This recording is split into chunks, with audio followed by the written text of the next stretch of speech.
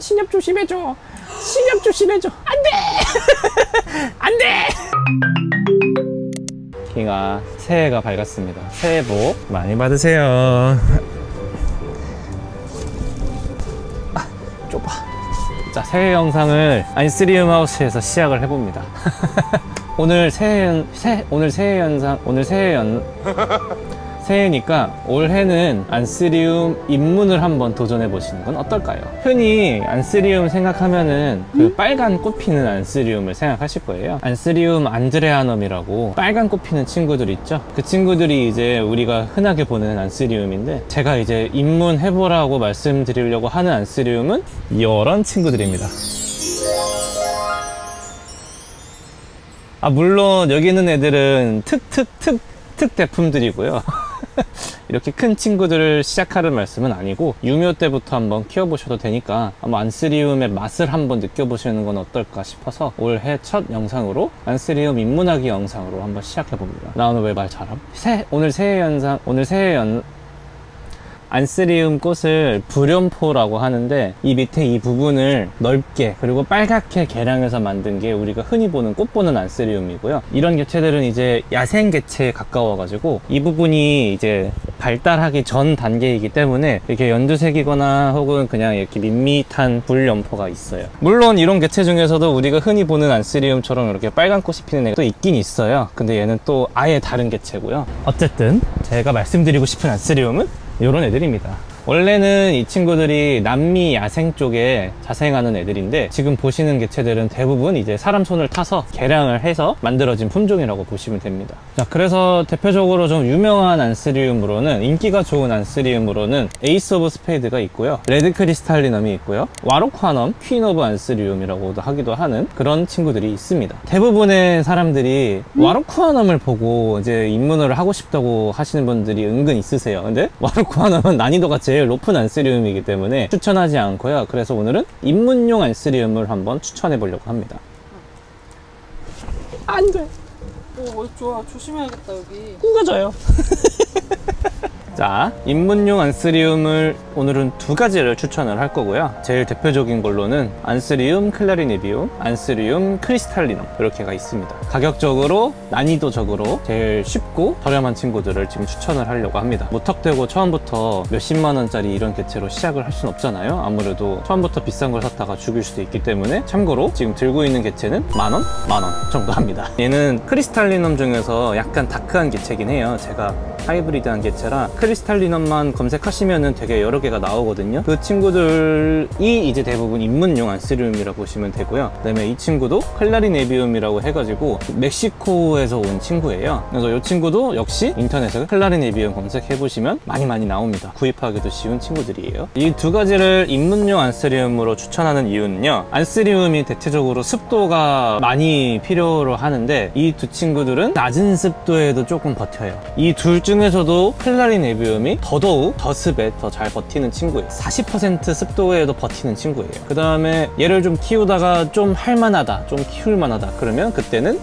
요 크리스탈리넘이란 친구로 한번 시작해보세요. 요 친구도 할만하다 그러면 이제 축하드립니다. 당신은 안쓰리움 초보자 타이틀을 깨고 이제 중수가 되셨습니다. 이 두 개가 비슷해 보이는데 뭐가 다르죠? 클라리네비움은 동그란 잎에 하트 잎 모양이 있고요, 크리스탈리넘은 약간 스페이드, 삽 모양이라고 하면 알아들을까요? 약간 삽 모양으로 좀 길쭉하게 자라요. 성체로 보면 훨씬 달라요. 첨부해주세요.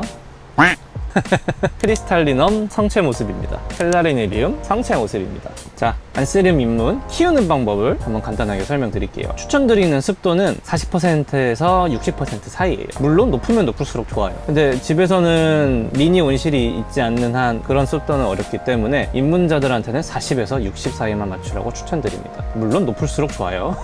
정말 난 안쓰리움이 키우기 좋고 너무 재밌고, 그리고 내가 좀 감을 잡았어, 그럼 그때 미니 온실을 사서 시작하시면 되고요. 초창기에는 한번 장비를 들이기 전에, 시설을 들이기 전에 맛을 한번 보세요. 내가 안스리움이랑 잘 맞는지. 좀 할만하다 싶다면은 이제 대부분 하시는 게 아크릴 온실장을 맞춰서 하시기도 하고요. 이케아 온실장 개조해서 안에 식물등 달아서 키우시는 분들도 계시고요. 혹은 이제 공간이 많이 필요하면은 아예 미니 비닐 온실을 아예 방에 쳐서 키우시는 분들도 있으세요. 그로우 텐트라고도 해요. 그로우 텐트로 설치해서 키우시는 분들도 있으시고요. 그렇게 가는 건 이제 고인물의 길을 가게 되는 거고요.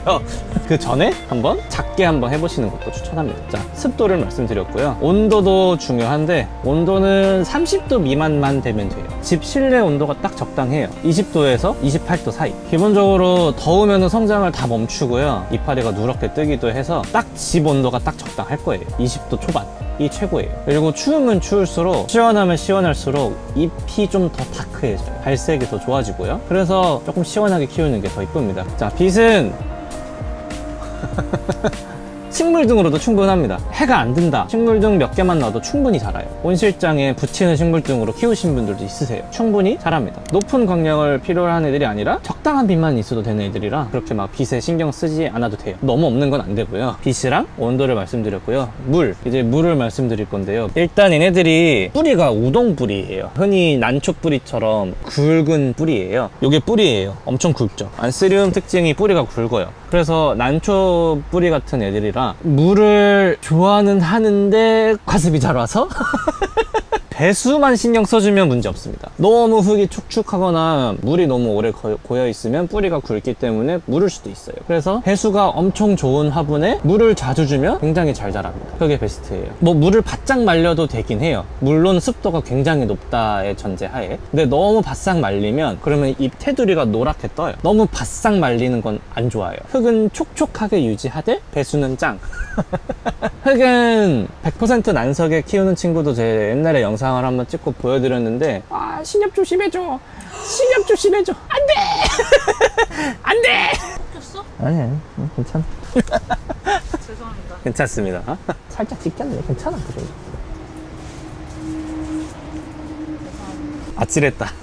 어쨌든 100% 난석에도 괜찮아요. 물론 습도가 높아야 돼요. 그렇게 키우는 애들도 있고요. 대부분 피트모스 펄라이트에 코코칩이나 바크를 섞어서 키워요. 녹소토나 난석 섞어서 심는 분들도 계세요. 배수만 잘 되면 돼요. 물 주자마자 한 1, 2초 만에 쫙 빠지는 그런 그런 배합의 흙이 좋습니다. 나오는 왜 말 잘함? 그 다음에 화분. 저는 일단 테라코타 토분 있죠. 그건 절대 비추예요. 비추합니다. 뿌리가 빨리 말라서 좋긴 좋아요. 근데 안스리움 키우기에는 적합하지 않은 화분이에요. 토분이 좀 까슬까슬한 재질이고 그게 빨리 마르다 보니까 얘네 뿌리가 그 토분에 달라붙어요. 그래서 나중에 분갈이 하거나 이제 이렇게 뺄 때 그 뿌리가 달라붙어서 잘 안 떨어져서 끊기면서 좀 뽑힐 때가 있어요. 그래서 저는 그런 테라코타 토분보다는 깡깡한 그 고화도 도자기 화분? 그런 거에 차라리 심으라고 하고요. 무난하게 그냥 제가 추천하는 거는 슬립분입니다. 슬립분. 저는 다 지금 대부분 슬립분, 요런 투명 슬립분에도 키우고 있고요. 흔히 보는 슬립분이에요. 저런 초록색 슬립분에서 키우고 있습니다. 분갈이할 때도 편해요. 좀 덜 달라붙어서. 에어포트도 좋아요. 에어포트도 좋은데 에어포트의 단점은 비싸고요. 물이 잘